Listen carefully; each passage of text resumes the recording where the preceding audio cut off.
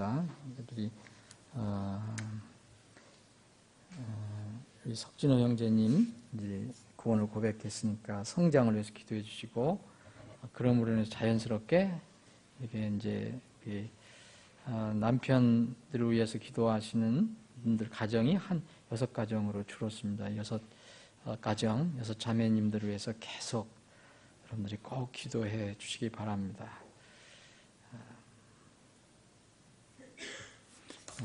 말씀 나누고 기도하는 시간 더 갖겠습니다. 요한복음 11장 계속 보겠습니다.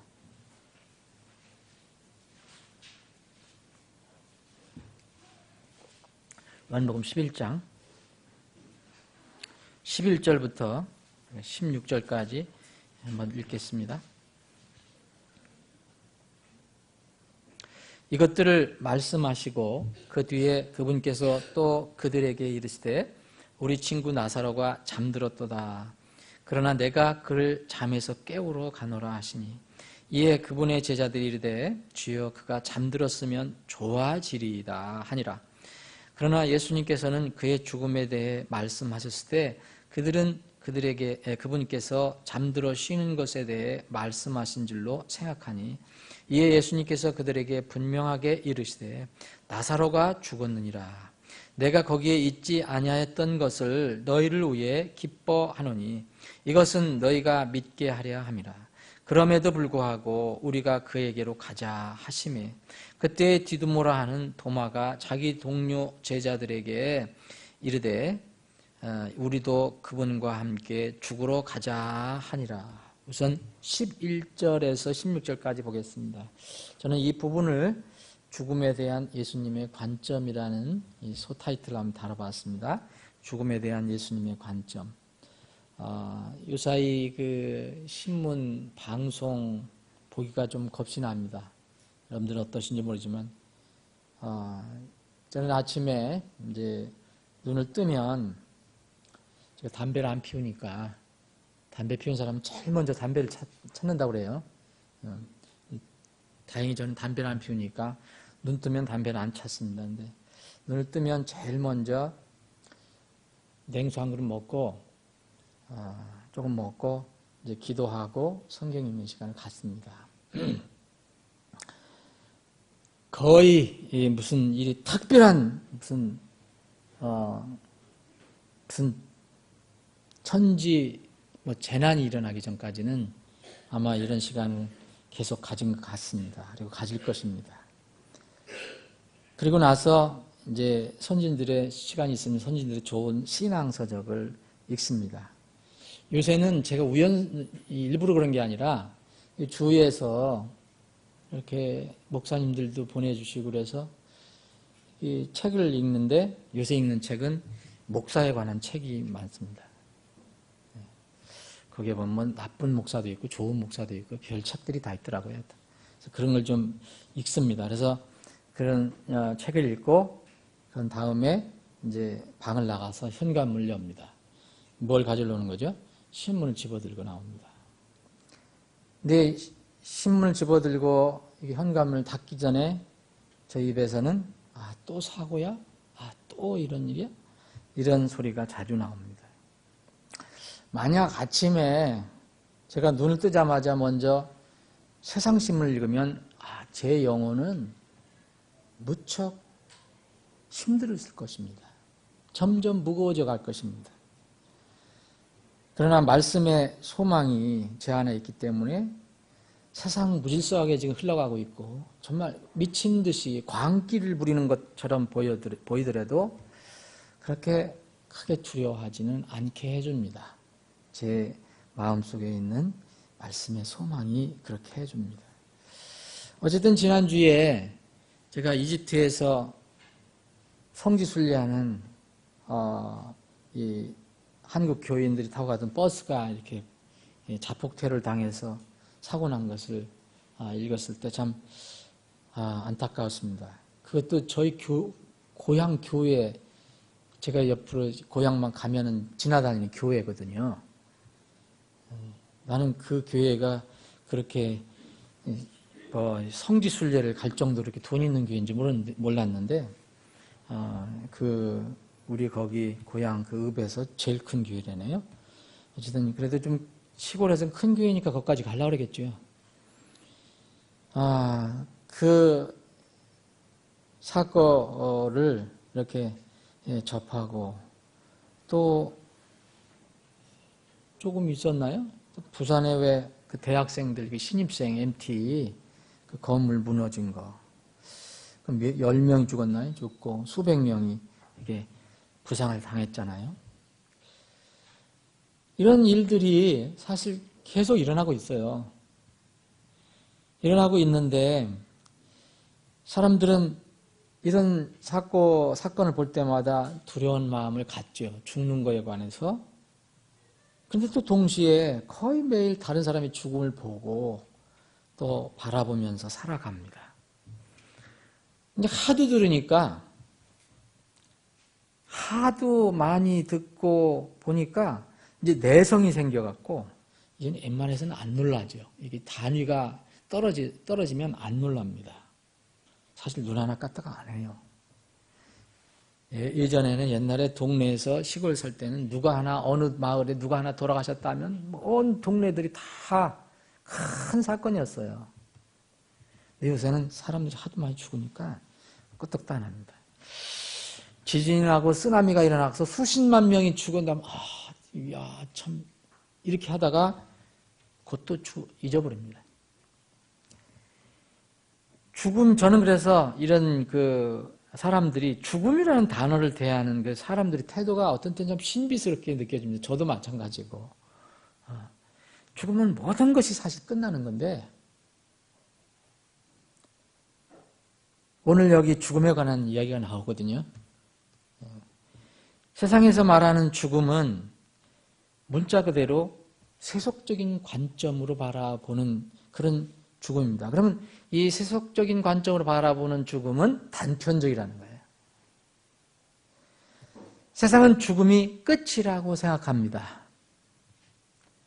그런데 예수님께서 말씀하신 죽음은 이 말씀을 보면 최소한 연속적이고 양면적입니다. 절대 단편적이 아니에요. 주님께서는 죽음은 단편으로 끝나는 것이 아니라 무엇인가에 이렇게 연속되어 있다라고 말씀하십니다. 그 연속성을 나타나시기 위해서 주님께서는 오늘 말씀을 보면 죽음을 잠자는 것이라고 그렇게 말씀하십니다. 잠자는 나사로를 깨우러 가자고 말씀하셨습니다. 우리가 잠자다가 다시 일어나는 것처럼, 여러분 오늘 아침에 자다가 일어나셨잖아요. 내일도 아침에 깊은 잠에서 깨어 일어납니다. 죽음도 그런 종류의 죽음이 있다는 것을 주님께서 여기서 강조해서 알려주고 계십니다. 여기서 주님께서 제자들에게 하시는 죽음에 대한 강의의 중심 인물은 그분이 사랑하시는 마르다 마리아의 오라버니 나사로입니다. 그런데 이 죽음에 대한 강의를 하시는데 예수님의 강의 핵심, 이 핵심은 죽음인데 이 세상 사람들이 생각하는 그런 죽음과는 다른 죽음이라고 말씀하십니다. 바로 그 죽음을 누가 가지고 있느냐? 나사로, 하나님을 믿고 사랑하는 이 나사로, 예수님도 사랑했던 이 나사로의 죽음은 세상 사람들이 생각하는 죽음과 다르다고 말씀하십니다. 조금 다른 게 아니라 완전히 다릅니다. 다시 말씀드리는 세상이 생각하는 죽음은 그냥 끝나고 단절되는 것으로 이제 정리가 됩니다. 히브리서 기자는 히브리서를 기록한 기자, 우리가 바울 사도라고 믿는데 이 기자는 한 번 죽는 것은 사람들에게 정해진 것이요 그 뒤에는 심판이 있나니라고 기록하고 있습니다. 히브리서 9장 27절에 세상은 이 말씀에서 앞부분은 다 인정해요. 사람이 죽는다는 것은 인정 안 한 사람 없습니다. 아침에 일어나서 신문을 보다든지 저녁에 여러분들 가서 또 뉴스 보면은 뭐 거의 신문에 보면 누가 방송에 보면 누가 죽었다, 사서가 나서 누가 왔다, 이런 일들이 많이 나옵니다. 사람이 죽는다는 것은 이제 학습 효과를 통해서 다 압니다. 자기는 한 번도 체험해보지 않았지만 다 학습 효과를 통해서 압니다. 그런데 뒤에 것은 안 믿어요. 한 번 죽는 것은 사람들에게 정해진 것이요. 여기까지는 믿어요. 그 뒤에는 안 믿는 겁니다. 이게 바로 천국과 지옥의 그 차이라고 봅니다. 뒤에는 심판이 있나니 이걸 안 믿어요. 심판이 어디 있어? 죽어봐야 알지. 죽어보니까 알겠지만 이제 뒤에 부분은 철저하게 이 세상은 믿지 않습니다. 근데 주님은 이 뒷부분을 믿어야 한다고 말씀하신 겁니다. 이 주님 말씀하신 죽음의 관은 하나님과의 관계에 따라서 확연하게 달라진다고 이제 여기서 이제 사실 이 11장 부활에 관해서 말씀을 가르치잖아요.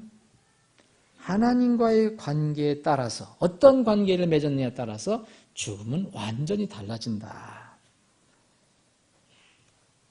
예수님께서 사람 죽는다는 걸 인정하셨어요. 근데 모두 그 죽음이 똑같은 죽음이라고 말씀하시지 않습니다. 하나님과 관계를 맺은 사람과 하나님과 관계를 맺지 못한 사람들이 구분이 됩니다. 이것이 바로 육체의 죽음 뒤에 있는 심판입니다. 죽음이라는 것은 분명히 사람들을 어디로 데려갑니다. 그런데 하나님이 자신의 아버지가 된 사람을 이 죽음은 하나님 아버지가 계신 곳으로 데려갑니다. 그런데 하나님과 관계를 맺지 못한 사람들은 죽음이 오면 그 죽음은 그들을 하나님과 영원히 분리되어 있는, 하나님과의 관계가 없는 영원히 분리된 곳으로 죽음은 데려갑니다. 죽으면 간다는 게 아니라 죽음이 데려간다는 겁니다. 여러분 누가복음 16장에 보면 아주 잘 나와 있지 않습니까? 다 죽으니 그랬잖아요. 죽음이 어디를 데려갔습니까? 그 죽음이 한 사람은 아브라함 품으로, 한 사람은 하나님이 없는 곳으로. 예수님께서는 제자들에게 여러 번 이 주님과의 분리에 대해서 얘기하는데 이게 바로 예수님은 불지옥이라고 가르쳐 주셨죠. 이미 마태복음 13장의 비유장에서도 몇 번 말씀해 주셨습니다. 13장 30절, 42절, 49절에서 50절 불지옥, 뜨거운 데서 고통받는 장소 이야기합니다. 이를 가는 장소를 얘기합니다. 마태복음 22장 13절도 마찬가지고 24장 51절도 마찬가지고 25장 30절도 마찬가지고 조금 전에 말씀드린 누가복음 16장도 예수님께서 친히 가르쳐 주신 것입니다. 사실 이건 엄연한 사실인데 사람들은 믿지 않는 겁니다. 그래서 이런 거 생각하면 답답해서 어떤 때는 속된 말로 미칠 것 같아요. 여러분 전도할 때 그건 느끼지 않습니까? 굉장히 이게 스트레스 받는다면 이런 스트레스가 없을 거예요. 전도에다 스트레스 받아. 그런데 그거 내 마음대로 되는 거 아니지 않습니까? 근데 여러분 분명히 낭떠러지가 있는데 낭떠러지가 아니라고 낭떠러지 떨어지지 말라고 붙잡는데도 뿌리치고 가는 사람이 있어서 속 터져 속이 미치잖아요. 그게 세상이에요.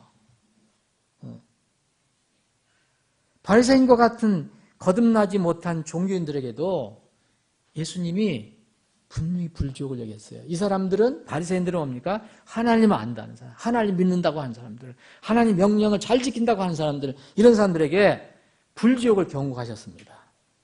마태복음 23장을 보시면 명확합니다. 너희들은 하나님의 왕국을 들어가는 것을 그 앞에서 들어가지도 않고 막고 한 사람 또 얻게 되면 종교는 얻으면 배나 지옥자식으로 만든다. 그래서 주님의 눈에는요, 육체적인 죽음은 절망적이 아닙니다. 사실 여러분들 구원받은 사람에게는 육체적인 죽음이 절망입니까? 성경은 반대로 얘기합니다. 육체적인 절망은 오히려 소망의 시작이다. 영혼의 죽음이 절망적인 겁니다. 근데 세상 사람들은 건강하고 잘 살고 뭐 즐거우니까 이 육신의 죽음 하면 두려워하지만 이 영혼의 죽음은 느끼지 못합니다. 육체적인 죽음이 오는데 그 뒤에 있는 하나님의 심판은 사람의 두 가지 죽음이 있는데 육체의 죽음, 영혼의 죽음, 이 두 죽음 모두 치명적으로 만들어버립니다. 이건 무슨 얘기냐면 한 번 심판이 떨어지면 다시는 그 심판, 결과를 반복하거나 번복하거나 취소할 수 없다는 것입니다. 이게 믿을 수가 없으니까, 이거 견딜 수 없으니까 가톨릭 같은 데서는 이제 번복할 수도 있고 취소할 수도 있고 뭔가 죽어도 기회가 있는 것처럼 가르치는 것이 연옥교리입니다. 죽은 자를 위해서 기도하는 것도 바로 그겁니다. 죽은 자를 위해서 기도하는 건 아무 소용없습니다. 영혼으로 연결되기 때문입니다. 영원히 복락을 누리던가 아니면 영원히 고통을 받게 됩니다. 절대 중간지대에 없습니다. 성경은 그렇게 얘기하지 않습니다. 죽어봐야 알지 그런 사람은 죽어봐야 합니다. 근데 우리는 말씀이 있으니까 그 하나님은 거짓말 하시지 않는 하나님이니까 하나님을 믿으면 그분의 말씀도 그대로 믿는 겁니다. 육체의 죽음과 영혼의 죽음 사이에 인생의 모든 것이 달려 있습니다. 온 세상이 사실 달려 있는 겁니다. 사람이 만일 온 세상을 얻고도 자기 혼을 잃으면 그에게 무슨 유익이 있으리? 다 달려 있는 거 아닙니까? 예수님께서 제자들에게 우리 친구 나사로가 잠들었으니까 내가 깨우러 간다 이렇게 말씀하셨을 때 제자들은 나사로의 죽음에 대해서 지금 완전히 이해하지 못하고 있는 상태입니다. 아시죠? 병들었다가 회복되는 상태인지 알았습니다. 예수님께서 가셔서 깨우러 가신다니까. 여러분 그때나 지금이나 어떤 큰 병에서 회복될 때 회복되는 아주 좋은 증상 중에 하나가 잠을 자는 겁니다. 그렇죠? 여러분 왜 깊은 잠을 자고 나면은 뭐해서 이제 이렇게 회복될 때가 있잖아요. 그리고 어떤 사람이 깊은 투병을 하다가 오랫동안 투병하다가 많이 호전되잖아요. 그럼 많이 잠을 자고 나중에는 많이 호전이 됩니다. 회복이 됩니다. 이것을 제자들은 알았죠. 그래서 우리 선생님이 이제 나사로가 잠자는데 이제 병들었다고 이제 소식을 받고 가는 거 아닙니까? 이제 잠들었다고 그러니까 이제 나사로가 좀 나아가는가 보다. 그래서 이제 깨우러 가는 줄 알았습니다. 여기 14절에 보면 그렇게 얘기하지 않습니까? 13절 13절에 이렇게 얘기하지 않습니까? 주님께서 조금 전에 나사로가 잠들었다고 하셨을 때는 나사로의 영적인 상태를 가리키는 거죠. 육체는 지금 죽었지만 주님께서 출발하실 때 이미 육은 죽어 있었던 상태잖아요. 육체는 죽었지만 영혼은 살아있다는 것을 말씀하신 것입니다. 이제 나사로가 병에서 회복하는 증상으로 잠자고 있다고 생각하는 이 제자들에게는 다시 뭐라고 말씀하십니까? 이 제자들이 잘못 알고 있다는 걸 잘못 알고 있는 것을 아셔서 이제 이렇게 말씀하십니다. 나사로가 이제 죽었느니라 이렇게 말씀을 다시 하십니다. 이건 뭡니까? 영적으로는 잠자고 있지만 육체적으로는 죽었다는 말씀입니다. 마르다와 마리아는 자기의 오라버니가 죽기 전에 예수님 오시기를 간절히 바라고 있었습니다. 우리도 다 그럴 거 아닙니까? 그런 상황이라면. 그런데 주님은 나사로가 죽은 뒤에야 움직이기 시작하십니다. 그리고 제자들에게 나사로가 병들어 죽어가고 있을 때 그 장소에 계시지 않은 것이 오히려 기쁘다고 말씀하십니다. 여기 15절 나오지 않습니까? 내가 거기에 있지 아니하였던 것을 이 제자들이 이해를 못하니까 나사로가 죽었느니라 이렇게 말씀하시고 근데 내가 거기에 있지 아니하였던 것 너희를 위해서 정말 나 기쁘다 이렇게 얘기했습니다. 자칫 잘못하면요 이렇게 예수님이나 얘기하지 우리가 잘못 얘기하면 어디 가서 뺨 맞습니다. 어째서 저 사람 죽어서 기쁘다. 뺨 안 맞겠습니까? 마르다와 마리아는 나사로가 병에서 고침받고 회복되기를 간절히 바라고 있는데 주님은 나사로가 죽어서 기쁘시다는 겁니다.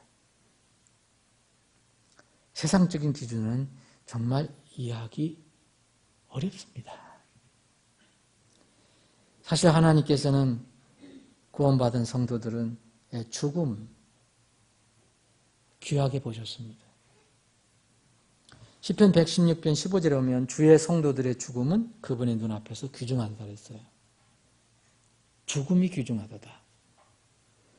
계시록 14장 13절 보면 이제부터는 주 안에서 죽은 자들은 복이 있도다. 이것은 그들이 그들의 수고를 그치고 안식하게 하려 함이니 그들의 행위가 그들을 따르리라. 여기서 중요한 점은요. 시편 116편 15절의 말씀은 죽음이 포인트가 아닙니다. 주의 성도들입니다. 주의 성도들. 계시록 14장 13절 여기서 죽는 자들이 포인트가 아닙니다. 주 안에서 그게 포인트입니다. 주 안에서 죽는 자들입니다. 주 안에 있는 사람들은 곧 주의 성도들은 죽음이 절대 지배하지 못하기 때문입니다. 죽음 의미 없습니다. 죽음을 깨뜨릴 수 있습니다. 이게 부활입니다. 우리는 부활의 놀라운 선물을 받았습니다. 약속을 받았습니다. 그래서 이런 것을 안 초세기 성도들 그리고 그 이후도 많은 재침의 성도들은 죽음 앞에 두고 찬송을 할 수 있었던 것입니다. 주님께서 나사로가 죽어가는 장소에 계시지 않은 것이 기쁘다고 하신 말씀.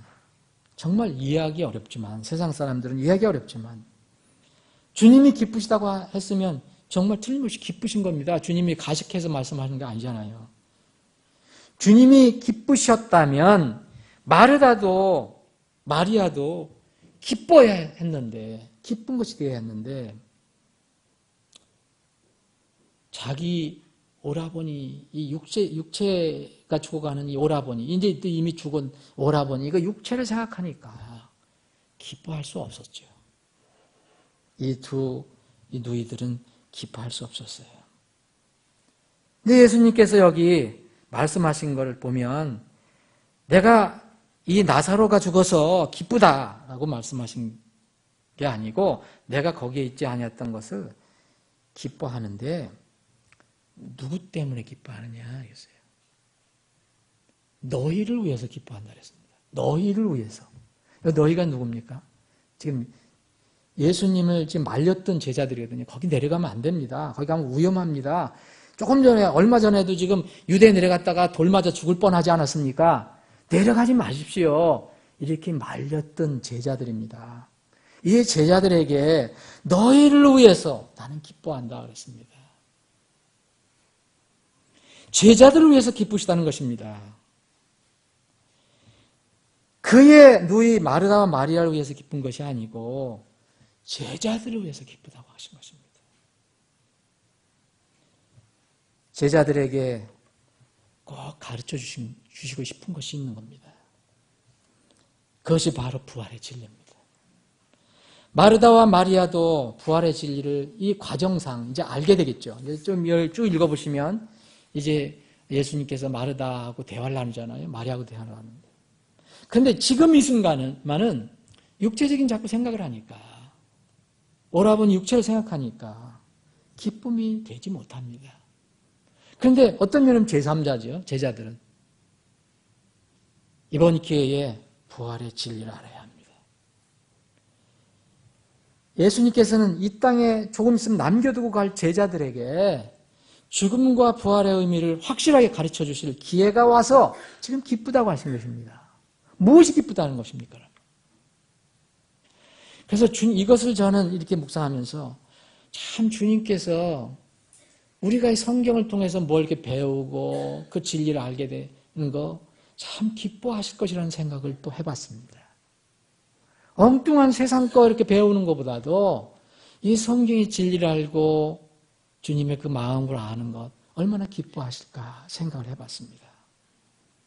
주님께서 부지런히 가셔서 나사로가 죽기 전에 병을 고치고 일으켜 세우셨다면 이게 마리아와 마르다의 간절한 소망이었는데 예수님 자신이 내가 부활이요 생명이라. 네? 이런 진리를 제자들에게 체험적으로 가르쳐 줄 수 있는 기회가 없었을 것입니다. 최소한 그 기회는 미루어져야 합니다. 그래서 주님께서는 이 마르다와 마리아의 오라버니가 죽어가는 것이 금방 또 예수님은 전능하신 분이니까 살리실 수 있기 때문에 그 짧은 기간 고통스러웠겠지만 이제 제자들을 위해서는 제자들을 보니까 이 참으로 아직도 철 모르는 제자들 보니까 기뻤다는 겁니다.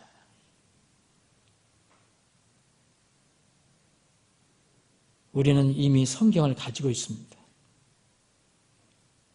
죽어서 나흘이 지나서 썩는 냄새가 난 이 나사로가 무덤 속에서 살아난 사건을 우리는 자세히 알고 있습니다. 나사로는 구원받은 사람이었습니다. 그는 예수님의 부르시는 음성을 듣고 다시 살아납니다. 그는 육체는 병들어 있었지만 그리고 죽었지만 생명의 씨를 가지고 있었던 사람입니다. 여러분, 생명의 씨를 가지고 있는 사람은 병들거나 죽었거나 사실 영혼의 문제는 아무 상관없습니다. 영적으로 살아있는 사람이었습니다. 우리도 전에는 영적으로 죽어있다가 예수님을 만나서 복음을 듣고 거듭나 다시 살아났습니다. 한번 거듭난 사람은 영원히 살아있습니다. 육체적으로 죽어도 영원히 살아있는 것입니다. 사랑하는 여러분, 여러분들과 저 지금 분명히 영원히 살아있는 사람들입니다. 여러분들 신앙 고백을 하셨기 때문에. 그렇다면 우리가 지금 살아있는 이유는 여러 가지 이유가 있겠지, 목적이겠지만 우리가 육체적으로만 살아있는 게 아니고 영적으로 살아있다는 것을 세상에 알려주는 것도 우리의 삶의 하나의 목적입니다. 이게 전도고 선교입니다. 사랑하는 여러분들이 지금 살아있다는 것, 몸만 아니라 영적으로 살아있다는 것을 다른 사람들이 어떻게 압니까? 다른 사람은 우리를 그냥 우리 겉모습만 바라봅니다. 그런데 우리가 영이 살아났다는 것은 어떻게 그들에게 알려줄 수 있습니까? 우리의 삶을 통해서, 우리의 언행을 통해서, 우리의 복음 증거를 통해서 보여주어야 합니다. 우리의 삶을 통해서 우리는 지금 육신을 잃었지만 우리는 영원히 죽지 않는다. 죽어도 살겠고 살아서 믿는 자는 영원히 죽지 아니하라는 이런 부활의 진리를 가르쳐줘야 합니다. 제자들은 이것을 지금 배우고 있습니다. 우리는 성경을 통해서 다 알고 있습니다. 도마가 여기 나옵니다. 잠깐 도마에 대해서 말씀을 드려보면 도마는 원래 뜻이 쌍둥이라는 뜻입니다. 정말 형제가 있었는지 쌍둥이 형제가 있었는지 전 잘 모르겠는데 그런데 우리는 흔히 이 도마를 뭐라고 부릅니까? 의심 많은 도마라고 이렇게 부르잖아요. 그래서 지금 도마 형제가 이게 천국에 있을 건데 얼마나 더 오해를 받고 내가 살아야 하느냐 그렇게 하소연할지도 모르겠습니다. 그런데 그럴 만한 또 행동도 했어요.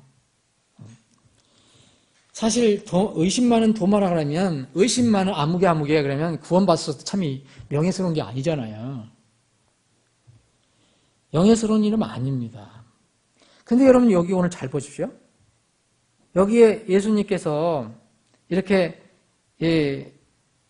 이 나사로를 이렇게 깨우러 가자 이렇게 하니까 제자들이 이제 잘 이렇게 몰랐잖아요, 다. 아직은 다 몰라요. 그런데 디두모는 하나 이렇게 뭔가 좀 이렇게 다른 지체들한테, 다른 제자들에게 영향을 끼치는 게 있어요. 이 부분은 디두모라고 하는 도마를 뭐라고 할 수 없습니다. 여기 보면 뭐라냐면 16절에 보면 우리도 그분과 함께 죽으러 가자 그럽니다. 우리도 그분과 함께 죽으러 가자. 여러분 이것을 어떻게 이해를 할 수 있을까요? 이 의심 많은 도마라고 불렸던 이 도마는 여기서 죽기를 각오합니다. 실제로 어떤 결단을 했는지 모르지만 어쨌든 입으로는 다른 제자들에게 다 우리 죽으러 가자고 얘기합니다. 왜냐하면 주님이 내려가시면 죽는 줄 알았기 때문에. 우리 가지 맙시다. 예수님 가지 맙시다 말린 게 아니라 예수님이 나는 가야 된다. 그리고 내가 죽지 않아. 우리 지금 때가 아니야. 그러니까 무슨 생각을 했는지 우리 죽으러 가자라고 가기로 결정을 합니다. 이 도마는 이 순간은 비록 예수님의 말씀을 다 잘 이해를 못했더라도 이 부분은 책망할 게 아닙니다. 의심만 도마라고 얘기할 수 없어요. 근데 이 도마는 그 뒤에 보면 이제 요한복음 20장을 보면 의심 많은 도마라는 이름이 붙는 그런 내용이 나옵니다. 여러분 다 아시죠? 요한복음 20장까지 나가시면 도마는 무엇인지 모르지만 하여튼 이 도마는 좀 바빴던 사람 같아요. 이렇게 좀 그때 사업을 했었나? 사업은 안 했을 건데 사도니까. 근데 뭐 어쨌든 하여튼 예수님 이렇게 부활하시고 죽으신 뒤에는 너무 절망, 제자들이 다 도망갔잖아요. 십자가 밑에서 다 도망갔잖아요. 이제 겟세마네 동산에서 다 도망갔습니다. 이 베드로만 멀찍이 따라갔고 나중에 요한만 예수님이 거의 죽으실 때 찾아왔고 십자가 밑으로. 그게 다 도망갔어요. 여기 도마도 도망 분명 갔거든요. 근데 제자들은요, 예수님 부활하시고 난 뒤에 부활의 소식이 막 들려왔어요. 엄청난 부활 소식이 들려왔어요. 그래서 제자들은 부활을 믿을 수 있냐? 이렇게 생각했는데 또 부활을 부인도 못했어요. 그래서 이 20장을 보면 이 주일날 모이기 시작했거든요, 다시. 주일날 모였습니다. 20장을 보시면. 이 주일날 모였는데 여기에 보니까 웬일로 도마가 없어요. 그때 어디로 갔는지 저는 모르겠어요. 하여튼 제가 추측컨대 나중에 도마 형제님한테 혼날지 모르지만 뭔가 좀 이렇게 한번 이렇게 예수님 십자가 못 박힌 뒤에 낙심하거나 아니면 약간 다른 또 의심이 들었거나 해서 이 모임도 안 나오기 시작했던 것 같아요. 그때 예수님께서 오셔서 도마가 없을 때 오셔서 거기 있었던 제자들은 큰 감격을 받거든요. 예수님께서 큰 선물도 줍니다. 성령을 받아라. 성령이 큰 능력을 주십니다. 예? 그래서 이제 이 제자들이 어떻게 도마를 만났는가 봐요. 야, 우리 이렇게 큰 은혜를 받았다. 너 없을 때 이렇게 그러니까 도마가 좀 이렇게 또 시샘이 났는지 다음 모임엔 참여했어요. 요한복음 20장 나중에 읽어보시죠. 이때 예수님이 나타나셨어요. 이거는 순수하게 제가 보니까 예수님이 도마를 사랑하셔서 나타나신 거예요. 그 대화를 보면 도마를 직접적으로 생각하신 거예요. 여러분 나중에 한번 20장 공부할 때 살펴보겠지만 정말 나 못 믿겠다. 제자들 얘기하니까 우리가 다 예수님 만났다. 예수님 그 못자국 난 것도 봤다. 상처도 봤다. 그러니까 나 못 믿겠어. 내 손으로 그것을 직접 그 손에 넣어보기에는 못 믿겠어. 그랬더니 예수님 나타나셨거든요. 도마가 있을 때 나타나셨어요. 그래서 다른 제자들하고 얘기하시는 게 아니라 도마하고 얘기하십니다. 그래서 어떻게 됐습니까? 결국 그때 무릎을 꿇고 도마가 예수님 너 보고서라도 믿어라. 믿지 않는 자가 되지 마라.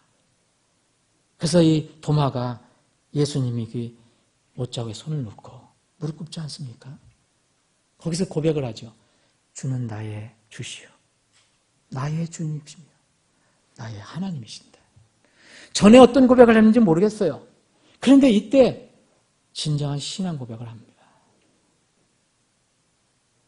이 도마가 언제 구원받았느냐 그걸 지금 말씀드린 게 아니에요. 그 전에 구원받던 지금 이때가 진정 구원이든 간에 그게 문제가 아니고 도마는 구원을 받았다. 예수님 믿고 구원을 받았다는. 근데 그게 주님께서 참으로 이렇게 일부러 찾아와 주셔서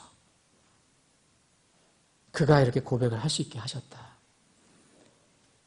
여러분, 도마보다 더 복받은 사람들이 있습니다. 여러분들과 저입니다. 여러분들과 저는 정말 여러분들 복받으신 거예요. 우리는 도마처럼 육안으로 주님을 뵙지 못했습니다. 우리는 그분의 말씀을 단순히 믿고 그분을 보지 않았지만 그 말씀을 믿고 그분을 모셔드려 구원받았습니다. 도마에게 나타나셔서 도마가 이렇게 묻고 신앙 고백한 뒤에 예수님은 이렇게 하십니다. 너 분명히 나를 믿은 거라고 이제 선언하십니다. 너는 나를 보았으므로 믿었다. 그런데 보지 않고도 믿은 자들은 복이 있도다 그랬습니다. 여러분, 믿는 거 복입니다. 그런데 보지 않고 믿는 것은 더 큰 복입니다. 그때 당시에 예수님을 믿고 보고 믿은 사람들 많이 있습니다. 근데 보면서도 믿지 않은 사람 많습니다. 예수님의 기적도 체험하고 예수님 만든 빵까지도 먹었어도 구원받지 못한 사람 많습니다. 어디서나 마찬가지예요. 지금 여러분 예수님 딱 나타나면 우리 누가 구원받을 것 같다? 천만의 말씀입니다. 정말 이 복받는 것이 신인 겁니다. 요한 16장에 이런 얘기 하셨잖아요. 이 죽은 사람이 찾아가면 다 믿을 것이다. 하나님은 그렇게 말씀하시지 않습니다. 말씀을 믿지 않으면 그때도 안 믿는다. 여러분, 우리는 정말 큰 복을 받은 사람입니다. 이것이 우리가 찬양할 일입니다. 여기 주님께 경배할 이유가 됩니다. 아버지 하나님, 오늘도 저희들 모이게 하시고 기도하고 찬양하고 경배케 하시니 감사합니다. 주님, 오늘 말씀을 통해서 다시 힘을 주시고 감사할 수 있는 마음을 주심을 감사합니다. 주님 뵐 때까지 이 감사하는 마음 변하지 않게 하여 주시고 끊임없이 깊은 곳에서 우러나오게 하여 주시기를 원합니다.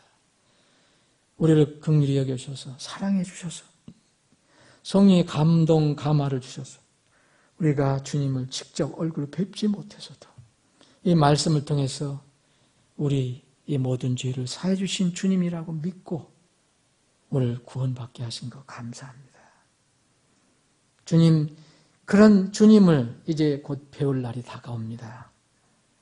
이 땅에 사는 동안 주님을 뜨겁게 사랑하고 주님을 신실하게 따라가는 저희들이 되게 하여 주시옵소서.